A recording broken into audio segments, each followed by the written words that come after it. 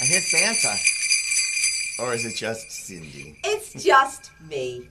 Not Santa, but Cindy. Cindy Santa. Yes. Cindy Lou Who. Yes. There's no more than two. Yes, Cindy Lou Who. Hi. I am Cindy. Uh-huh. Cindy Collins with Actors Theater of Indiana. This is Lunch Break with ATI. Welcome. Thank you for joining us. We have... Ho, ho, ho. Look who's waving. It is Mr. Brent Marty. Hi, everyone. Yes, he is our guest today. In Cyberland. Yes, yes. And we've got some little Christmas decor going on here in our 'Tis the season. ATI studio. Yes, Yes. tis So the we season. thought we'd My flip it festive up. holiday drink. And I told Brent I said, please bring the cup with you because it's festive. Oh, I need a little caffeine. Yes, well, and you're in a shades of I know. of gray and black. I'm You're a vision. slimming. You're a vision. It's slimming. That's why. Hold on, I'll put my jingle bells down. Hold on, I don't want to disturb anyone with them. Okay, so, hi, welcome. Today, yes, our guest is Mr. Brent Marty. Brent is the Director of Education. Music and education. Music and Education at the Booth Tarkington Civic Theater. They are our neighbors right over there at the Center for the Performing Arts. We share a building, the James Building, and Actors Theater of Indiana and Civic. Brent's a great guy. He's a good friend of ours. And yes, Thank you. Yes, you are. I'm a friend of And you're a he's- friend of mine too. Thank you. It's the first time he's ever said that. And so no. And I'm not one for compliments. Brent is wonderfully talented. He's a wonderful musical director. He has musical directed quite a few of our productions when we can get him, because he's a busy man. And so when he is able, we nab him and gobble him up for some of our musicals. Do you think people know what a music director does? Well, we're going to talk about that right now. How about that? That's a good segue. Yeah. Segue. I thought of that earlier. Yeah, that's good. I've done some interviews about that before. Yeah, we can talk about that. First, I want to say, who do you think I'm trying to look like? Regis Philbin? Well, that's close. That's close. Sorry. I don't know. Very close. I'm bad with that kind of stuff. Very close. The hat, the glasses. Yes. I always thought I looked like Herbie. Oh. Herbie wants to be a dentist. I want to be a dentist. Yes, Herbie wants to be a dentist. A dentist! A dentist. Open your mouth. Oh, that doesn't look good. He has to pull the tooth out of the bumble. Bumbles bounce. Mm-hmm. So, okay. So, That always was anyway. alarming. I hate things with teeth. I don't like. Did that scare you when you were a kid? When I was a kid and watched Rudolph, the tooth thing grossed me out. But the Bumble, the abominable snowman. Yeah. When I was a kid, it scared me. It's meant to scare you. I know. It's good to be Bum, scared. bum, bum, the music. Uh-huh. Oh my and god. he climbed over. Oh my gosh! And he comes over the spiky mountains. I thought it was terrifying as a child. I still. He had Yukon Cornelius to protect him. Rudolph I know. did. Here you go. You go. Nothing. Nothing. Okay. All right. Okay. So here we are now. Brent Marty. Well, first thing, let's talk about. Were you born in Carmel? No. No. But your family lived here a pretty long time, right? They moved here in 1989. Right. So that's okay. Yeah. And you moved with them. Well, I was in college at the time. Okay. Yes. Right. You were at Ball State. I Chirp. sure was. Yes. Chirpity chirp. Ball State grad. Yes. And you, where were they before that? South Bend. Oh, I grew up in South Bend. Okay. And I love growing up in South Bend. But I'm originally, my whole family were born in Louisville. That's We're right. actually That's Louisvillians. right. The Kentucky. Yes. Strain. Yes. So, from one end of the state to the other. Right. Yeah. And then we landed in the middle. Right. No kidding. From south to north to down to the central. Uh-huh. So what did you move to Carmel? Your dad worked for Coca-Cola. Yes. Was that the reason? 51 years, yes. And that huge Coca-Cola building that is now renovated. Oh, downtown. The Bottle Works, yeah. Yeah, beautiful. Is that where he worked? That was already decommissioned. Really? Mm-hmm. Oh. Yeah, they built a new plant over in Speedway, right next door to the Speedway. Okay. And that is where he worked. I'm sure that happened like in the 70s. Okay. Yeah. Okay. But yeah. And how many years? He worked for 51 years for them. And now my brother works for them as well. Oh my gosh. Yeah. So you had, I remember. And my grandfather before my father and my uncle. Like it's a family thing. No Pepsi here. No, how dare you? The product I'm gonna have to get that shall not be named. That's right. That's the Joan Crawford product. I won't go into that story. Okay, her husband that she was married to was the president of Pepsi. Yes. All right. So your dad, you had all the Coca-Cola stuff. I know you had a van. You guys traveled in a van sometimes. Oh yeah, we had a van. We had a van. We had a Mr. Pibb van. I mean, we didn't own this. No, we it was had the company's. Yeah. But you would drive it with the family places. Oh yeah, yes. Would you drive it to the race? I don't think we ever took the risk because we always had a big motor coach. Okay. Because that's such a. Yeah. I mean, being in Speedway, Coca-Cola. Right. When they were serving Coke at the track. Right now, it's a Pepsi account. Oh. But that'll change. Yeah, it'll probably come back. Sure, it sure flip it will. flops. Yeah. Flip-flops. Well, they have to just spread the, It's spread the wealth. who wants to put up the most money, and at some point you kind of go, it's not worth it. Yeah, that's true. True. And Too my true. father will tell you, it's not worth it. Yeah. But that must have been bad. You spent Coca-Cola everything.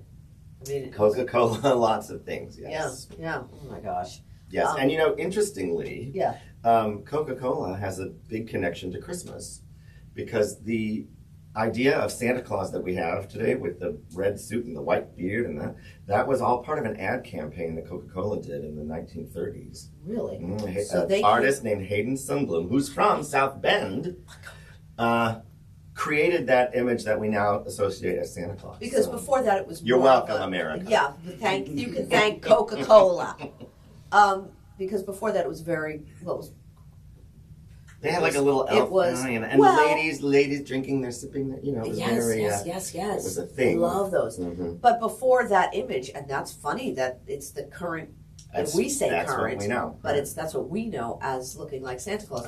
Before that, say from Great Britain or something, it was more Victorian looking. He had the long robe. Mm-hmm. And then you had that German, there's a German...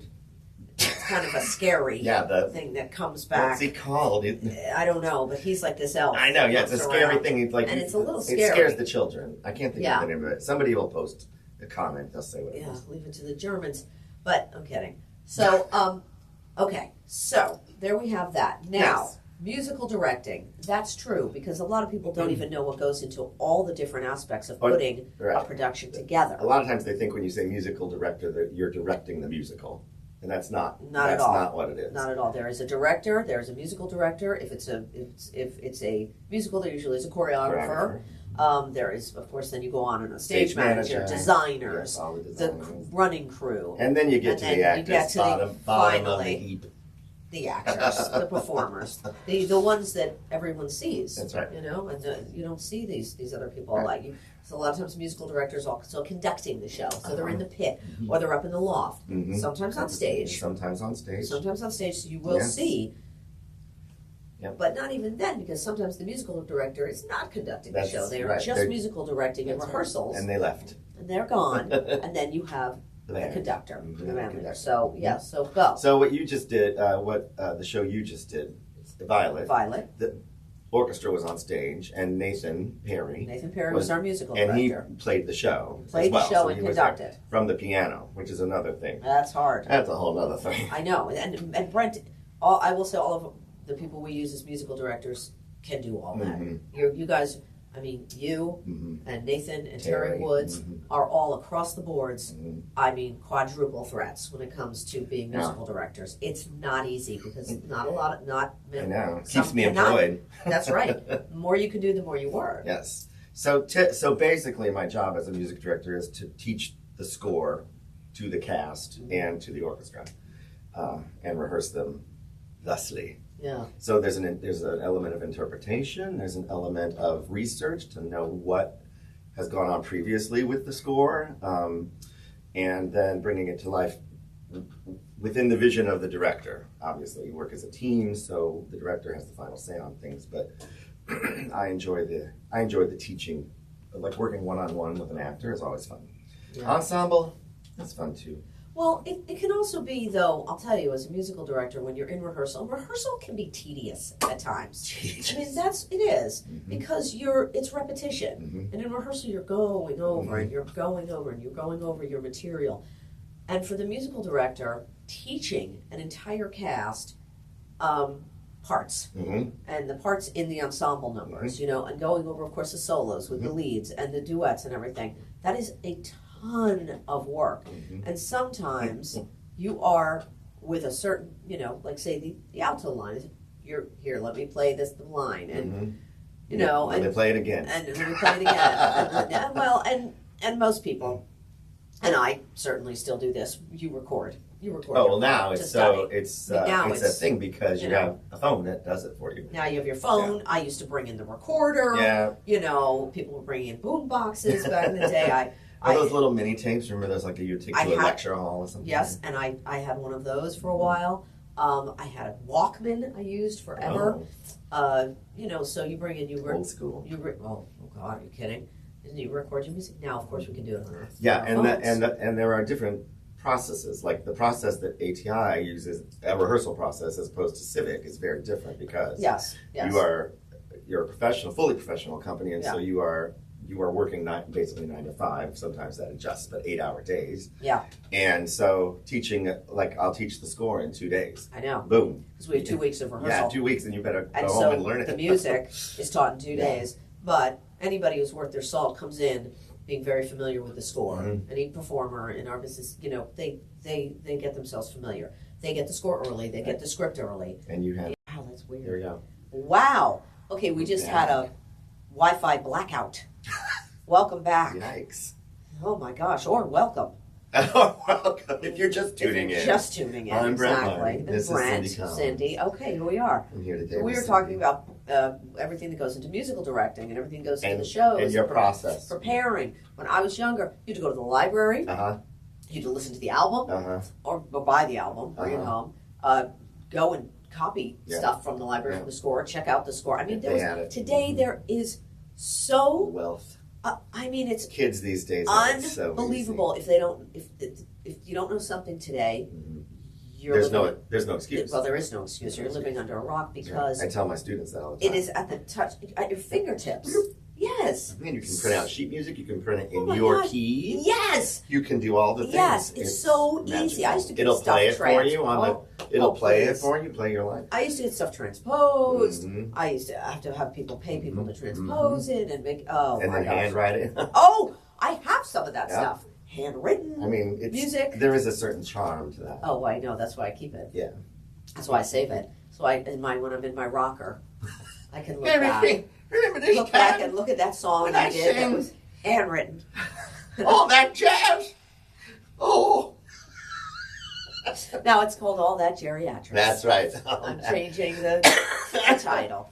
But you and Holly Stultz, basically over at Civic, at Civic Theater, you guys really run that educational program. We are the education program. You are. And along with our education concierge, Melina. Okay. And then you hire different artists to come in and maybe teach a class. Right. All the instructors are local professionals. Right.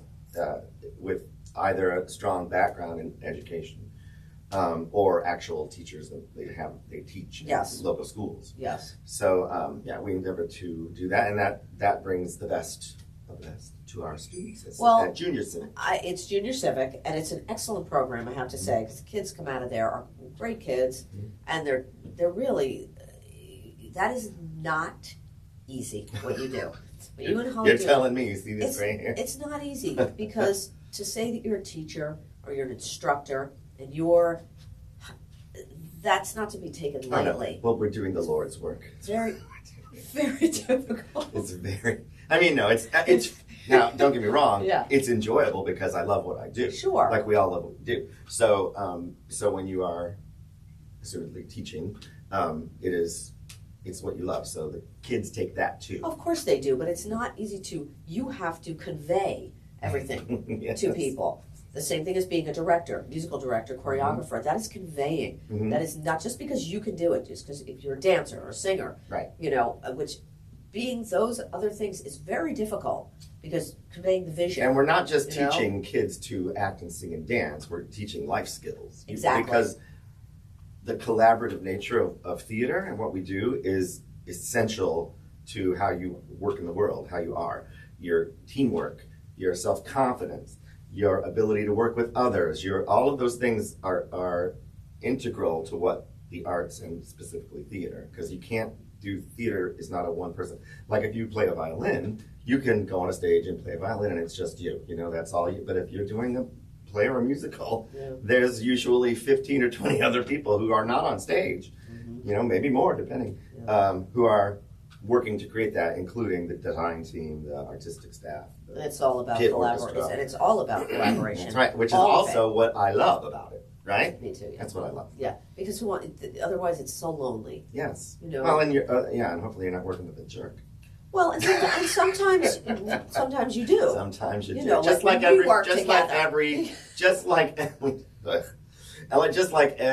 profession out there, there's always, you know, there's always you roll with the punches. Of course you do. There's always people who are not nice but when everywhere. you find people that you like to work with and you continue to hire them, which is so nice. And that's what happens in our business. Uh-huh. And I think that's what happens in most businesses, Yes, really. I think A person is nice, they get along with people, and they are going to be You're hired hireable. for that job or kept in that position for much longer than someone who is trouble. With a Trouble. capital T and that rhymes with P and that stands for pool. So, yes. But, so I think it's a noble thing what you guys do over there, Thank honestly. you. I think education for the young people in the arts is extremely important. Like I said, it informs all those other. I mean, you always hear the studies. The test scores of children who have studied the arts are always higher. That's right. You know, that's not an accident. No, I agree. And it's visual arts and the performing arts together. Any of the arts, any of them really it helps. It makes this side of your brain work. That's right. Yeah, that's right. And I think that's important. I do. I Because do that's too. the only side of my brain that works. So, of course, I think it's very important. But I do. I think it is important for life and life skills. And you're right. And it helps kids read better. It helps them do math, math better. I'm horrible at math, though. It never helped me. Well, see, as a musician, I can't be horrible. I know. And I love math. Yeah, I always like math. And I just can't stand it. And that's what music is, all math. You know, multiples of 4, 3, 2, whatever. I know, 3, 4 time and 4, 4 time, and sometimes I know. 15, 8 time. Okay. Yeah. Imagine. Yeah. And you got to know what that fraction means. You know, you got to understand that. That's why I just count on the musical director to tell me what to do. That's right. And then you make it your own as the actor, and that's so. But okay, so do you want to do a little ivory? A tinkling of the ivory. Do you want me to? Well, maybe. A little holiday song? Let's do a little of a classic. A classic. All right. It will warm the cockles of your heart. Yes. This is called Sight Reading 101. This is where the math comes in. This isn't called sight reading because I've never seen this chart. I'm not gonna. Come on. We're not gonna fib to you. Brent knows this song very well. I do know the song. I've just never seen this chart. I'm gonna move. Is this a Terry Woods arrangement? Yes, Oh, yes. Yes. Hold on. Oh, I'm gonna move this. Hold on. I'm gonna move this. Here we go. So, yeah.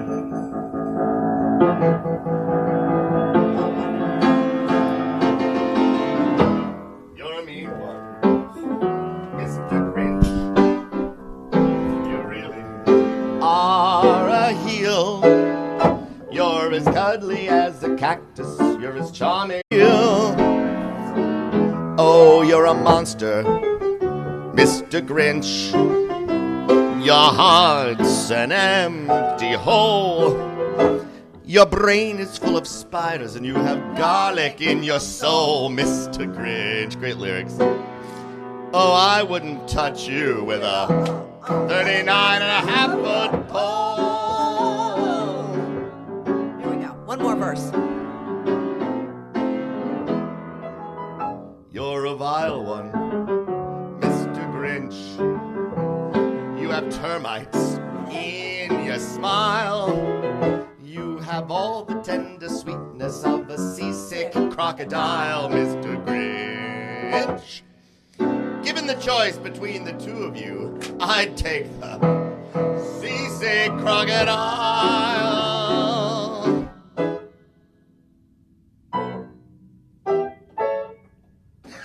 It's a hell of an ending. That was a Pitts ending to a really great song. Zazu Pitts. To quote All the right. great Bette Oh, we're Midler. right here. Thanks. Is that it? We're That's out? it. We're Happy out. holidays, everybody. Merry Come see a Christmas. Happy Christmas holidays. story at Civic Yes, Theater. Runs yes, through Christmas yes. Eve. And come see our cabaret at Yeah, Feinstein's, at December Feinstein's. 15th and 16th. It's almost sold out. Yes. Celebrate the holidays with ATI. Bye. Bye. Bye. Bye. I could promote like 8 other things. Oh, good. No, it's fine.